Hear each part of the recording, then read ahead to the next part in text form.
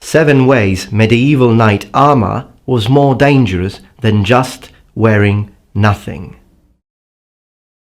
21,000 views.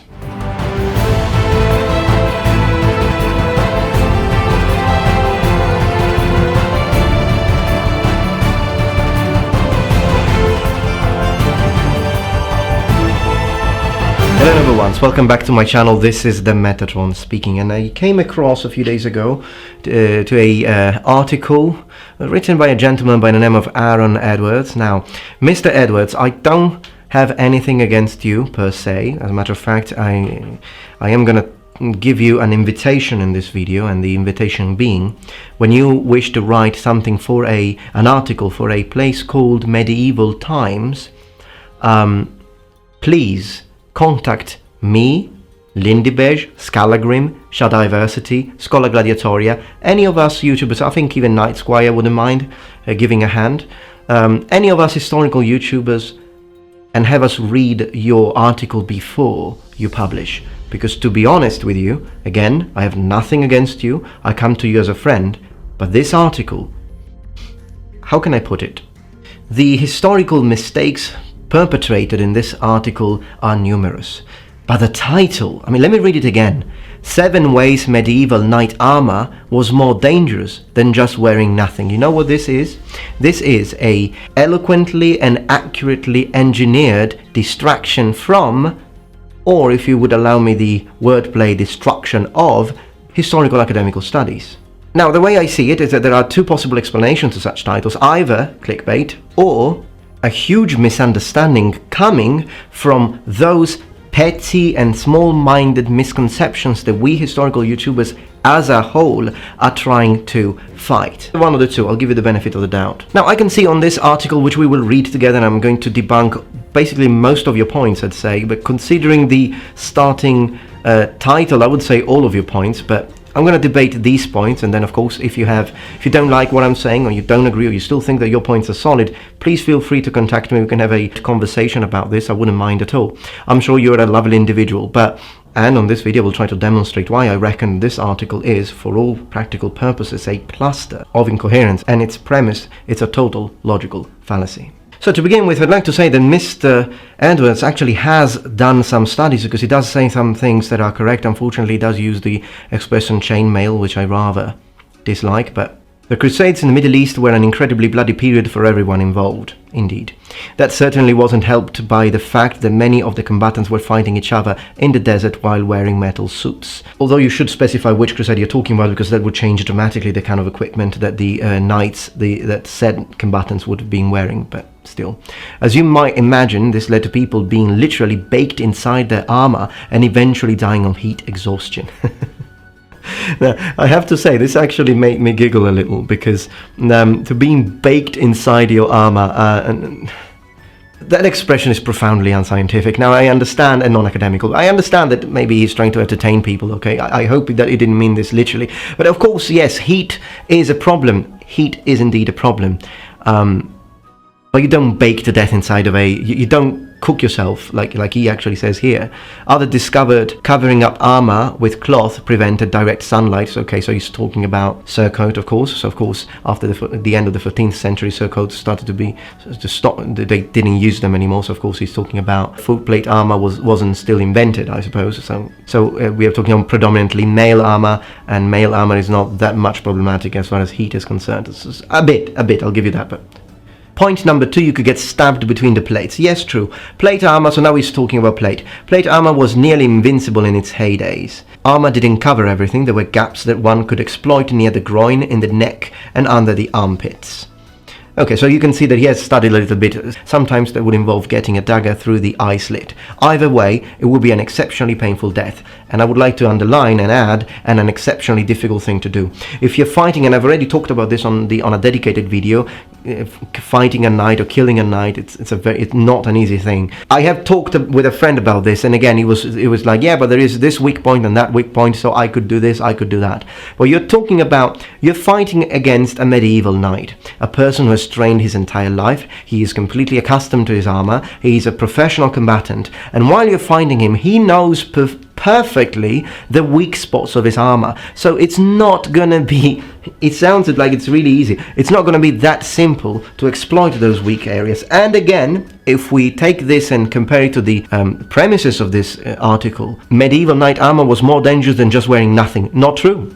Both situations. On a hot day, yes, you're gonna sweat, but it's less dangerous than being completely naked or just wearing a t-shirt in battle. Okay, it's not more dangerous. And here again, in point number 2, you could get stabbed between the plates. If you don't have armor, you can be stabbed everywhere. Point number 3, you expend twice the amount of energy to move around. Now, what he's saying here could be alright until it starts talking about the Battle of Agincourt, and here is what he says. In fact, thanks to contemporary reenactors, historians estimate that running in 15th century chainmail armor, 15th century chainmail armor, in the 15th century, particularly late 15th century, we are already talking about plate. So we're not talking about going to war in full mail. It's not something you would do in the 15th century. Required twice the amount of energy of running without it. Maybe they didn't mean that they went to war like this. I'll give him the benefit of the doubt. Maybe he's saying that if mail is already like this, then never mind with plates on top. Although actually, you know, when you have 15th century full plate armor, you're not wearing mail underneath. Most of the time you're just wearing an arming doublet with voiders and only having mail in those areas that are not covered by plate. And believe it or not, in the late 15th century suit of armor that Knight Errant, and another YouTuber I forgot to mention, sorry Knight Errant, he's actually maybe the most experienced of us all on as far as armor is concerned, so definitely write to him. Ian Laspina, he has got a full suit of armor, and actually the heaviest component of his full plate armor is the mail he's wearing underneath, because we are in late 14th century. But in 15th century you wouldn't even be wearing full mail most of the time. So occasionally Italians did, Italian knights, but when they did is because they were mounting horses, okay? And plate is not that heavy anyways. Nowhere was that more apparent than the Battle of Agincourt, which the French famously lost. Yes, one of the biggest reasons for that loss was the weather, among many other things of course. It had rained for 2 straight weeks before the battle, turning the ground into a field of mud. Marching through that in 50 kilograms of armor made the French troops incredibly tired before they even had a chance to fight. So he's saying, first of all, 50 kilograms armor, we're talking about over 100 pounds, like 110 pounds. That's tournament armor. It was not the sort of armor at all. Tournament armor would be heavy. Battlefield armor, we're talking about maximum 20 to 25 kilograms. So we're talking about a top of 55 pounds, maybe 60 pounds, the heaviest. You're talking about the fact that basically these people were, knights were marching, so on foot on tournament armor in the Battle of Agincourt, absolutely not. Now, if you, like me, are wondering where did he get this idea of 50 kilograms armor, which is normally tournament armor worn on the battlefield, well, I did a little research and I found it. Check this out. Link in the description below, of course. Scientists study impact of wearing medieval armor, /. Now, this is absolutely outrageous. I'm going to read it to you and comment. Scientists at the University of Leeds tested the effects of wearing heavy medieval armor by monitoring volunteers who were experienced medieval reenactors as they walked and ran on treadmills while wearing accurate replicas of 15th century armor. Well, I hope that these were accurate replicas, but you will see that they probably weren't. While the suits of armor weighed between 30 and 50 kilograms. There you go, this is where he got it, I think. So this is actually jousting armor. If it's 30 kilograms, alright, it's a rather heavy battlefield suit of armor, but 50 kilograms armor is jousting armor. Jousting is on horseback, so why the heck are they running and walking on treadmills? Anyways, 30 and 50 kilograms comparable to the weight of gear carried by modern soldiers. Volunteers who carried equivalent amounts of weight in backpacks had an easier time with the weight. Okay, if they had an easier time with the weight, it means that this armor was not tailored properly, because if it was tailored properly, and we're talking about plate armor, 15th century plate armor, then it would have been tailored. The weight would be carried at the hips, differently from a backpack. Volunteers in armor burned more energy and had difficulty breathing. Oh my goodness. Clearly these scientists don't know a thing about history, and you need to put a historian with these scientists as well, because if you have problems breathing in 15th century armor, you open the visor and you breathe. The scientists speculate blah blah blah. While it has long been assumed that heavy medieval armor limited mobility, yes, it has been long assumed by the Victorians since the Victorian age, and this lie has been perpetuated and promulgated by the media and films and video games, and that this contributed to the outcome of battles. What? What? Wearing armor contributed to the outcome of battles? So you're basically saying that people lost battles because they were wearing armor, which is the exact opposite, such as the Battle of Agincourt in 1415. Yes, this is definitely when that lad before got his information from. This was the first study to quantify the impact of wearing heavy armor. No, they were not wearing 50 kilograms armor in the Battle of Agincourt, and that was not the reason why they lost the battle. Outrageous, absolutely outrageous. A lance thrust at speed could pierce even the strongest armor. Here's the next point. So now he's describing lances. He says, which were long poles with incredibly sharp metal tips. Those weapons were specially designed to pierce armor. With the force of a horse galloping at full speed behind it, it was sure to kill just about anyone. I think this statement lacks scientific proof, experimental proof. I think it would depend on the sort of armor the person is wearing, where he's being hit from, and a lot of other factors that come into play. But most importantly, I think the reason why, again, this is total logical fallacy is because is going back to your title. 7 ways medieval knight armor was more dangerous than just wearing nothing. No, if I am wearing nothing, I am 100% sure to die if I'm hit by a lance. If I'm at least wearing armor, I could get a chance of surviving. Depending on the armor, depending on heat treatment, depending on how much padding I've got underneath that armor, a lot of things, a lot of factors. And things are going to get more interesting now. You could get completely blindsided. So he's talking about the helmets. The helmets the one wore with armor were incredibly adept at protecting one's head. Unfortunately, that came at a price of completely destroying someone's peripheral awareness. No, you are, again, taking all kinds of medieval helmets and saying that they all had the same kind of restrictive peripheral awareness, when again, check out my friend Ian Laspina Knight Errant videos on helmets. You will see that with some helmets, yes, he will lose some peripheral vision, but he still sees like quite a lot. And it is true that with some helmets your peripheral vision will be reduced to a point that many knights will rather turn their heads completely instead of just turning their eyes, so that way looking closer to birds. But I wouldn't say that you lose that much. You mostly lose vision towards the bottom. You do lose some of that with some helmets, but again, it depends on the helmet you're talking about. But hear this, in the midst of battle, it could be pretty easy to come up behind someone and take them out. No. It's not easy to sneak behind a fully trained knight in the midst of combat and take them out. He's still wearing full plate armor, and in the very moment that he feels that something is going on, he's going to retaliate. It's not easy to take out a knight. Listen, if there is one thing that drives me nuts the most, and I'm not ranting against you, Andrew, at all, but this is something that I was told a lot of times. Like, I remember this friend of mine, we actually had a big argument and we stopped talking to each other for months. Although now we made peace and we are good friends, but because basically he started talking how, based on his LARP experience and his, fighting experience that he had with his friends, he thought that if he fought against a fully plated knight and he wasn't wearing armor, it would be easy for him to just, I'd just take him down, I'd just do this, I'd just do that.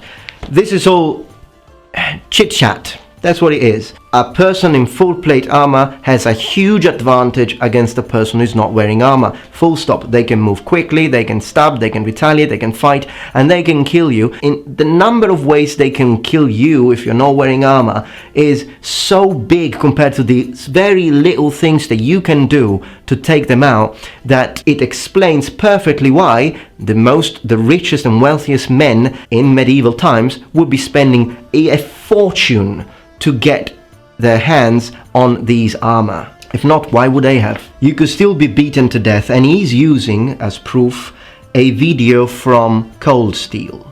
Now, I've never spoken about Cold Steel. If you would like to hear my opinion on Cold Steel, let me know in the comments below. When you are surrounded by metal, it can make it pretty difficult for people to stab you.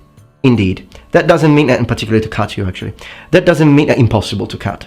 That doesn't mean, however, you can't get a concussion or die of internal bleeding. Weapons such as the mace or the hammer are finally some reasoned things. Made good use of the fact that the steel could dent and cave into its wearer.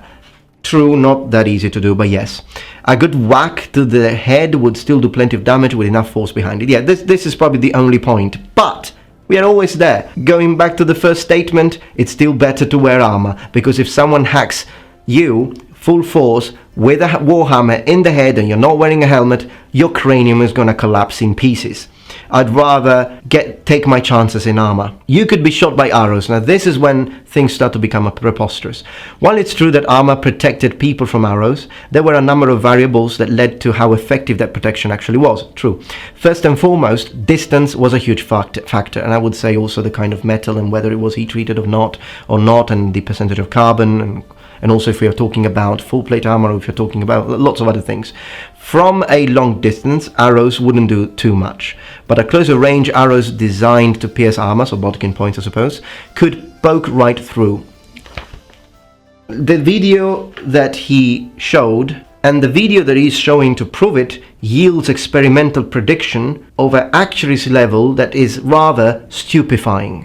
I think Matt Easton talked a lot against these videos that prove how easy it is to penetrate plate armor. Most of these videos are not fair. They don't tell us what kind of arrowheads they're using. We don't know the poundage of the draw weight of the bows used. We don't know how thick the metal is, and in this video indeed the metal looks extremely thin. And again, you don't only have plate, you also have the padding underneath. So it's not that easy to... And again, Battle of Agincourt, the perfect, as I said on the dedicated video link below, one of the best examples of longbow versus armor, and it's the battle with the highest number of prisoners among the knights, after the French knights were shot close range distance with warbows. And we have unscathed survivors in the French nobility, which led the charge in the front line. If that's not proof that plate armor worked perfectly against any kind of arrow at the time, I don't know what is. In fact, I think the Battle of Agincourt is a perfect example of why plate armor is sufficient protection against arrows. Just my personal opinion, of course. It's still debatable, I'll give you that, but we don't have accounts of the time telling the stories of knight dying because their breastplate was penetrated by arrows. The only situation accounts we have is of knights being wounded because they in their face while they were raising their visors. Those are the only accounts that I've seen so far, which again proves the point to me. At even closer range, enough arrows could get through to stop an armored soldier? I don't think so. The advent of the English longbow was especially dangerous as it had stronger power and longer range. So basically, he wasn't even talking about the longbow. Because now he says the advent of the English longbow was especially dangerous, but he's basically saying that even normal warbows that are not longbows could penetrate full plate armor. I don't agree. Many French soldiers were killed with their bodies looking like percussions. In what battle? You couldn't run away from your opponent for very long, is his final point. Okay, where he actually starts talking about a full suit of armor could weigh anywhere from 40 to 60 pounds. So now he's, again, there we go, so now he's contrasting with what he was saying before. First you say 50 kilograms, now you say 40 pounds. Okay, all of this was to say, I wanted to sort of counterbalance this sort of article, also because many of you actually sent me this article and you asked me to talk about it, so I just wanted to do it. So of course what we learn from this is that it is wrong indeed to believe implicitly something without question. It is always important to make your own research, including the things I say. Don't believe implicitly what I say. I'm bringing up what I have studied through my academical years, and my own personal years of research. But you might know, you might find someone who knows more than me. So don't always be ready to question.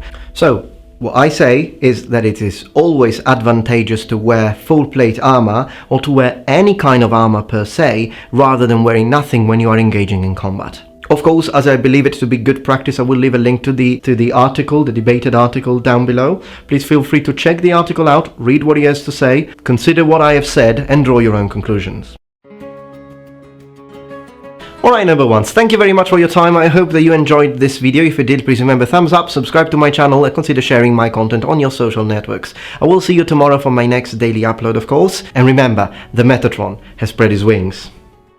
Goodbye. I'm expecting you. Yeah, you. With a red t-shirt.